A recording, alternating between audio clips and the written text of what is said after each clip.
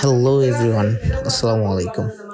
আজকে একটু অন্যভাবে অন্য একটি বিষয় নিয়ে আলাপ করব, যা আমাদের সুনামগঞ্জের টাঙ্গুয়ার হাওর নিয়ে।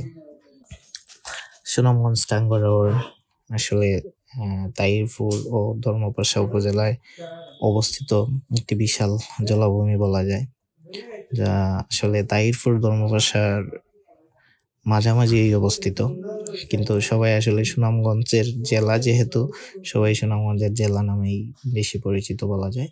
তাই সবচেয়ে মজার বিষয় হলো বিভিন্ন মৌসুমে আহ, এই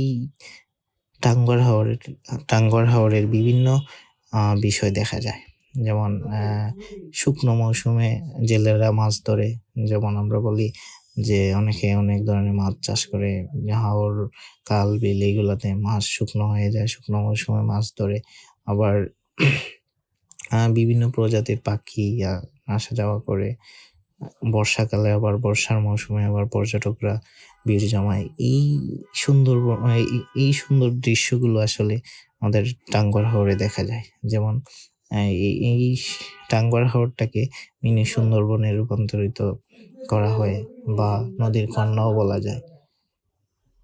আমাদের এই টাঙ্গুয়ার হাওর সুনামগঞ্জ জেলার, যদিও তাহিরপুর ধর্মপাশায় অবস্থিত, এই কিন্তু সুনামগঞ্জের প্রাণ কেন্দ্র আমাদের এই টাঙ্গুয়ার হাওর। টাঙ্গুয়ার হাওর প্রায় 100 কিলোমিটার জুড়ে এই জায়গা নিয়ে 100 কিলোমিটারের মতো জায়গা নিয়ে এই জলাভূমিটা বিস্তৃত। 2002 সালে, সম্ভবত 2000 সালে এটিকে রামসার সাইট হিসেবে ঘোষণা করা হয় আর কি, আন্তর্জাতিকভাবে যে জলাভূমি স্বীকৃতি দেওয়া হয়। এখানে সবচেয়ে মজার বিষয় হলো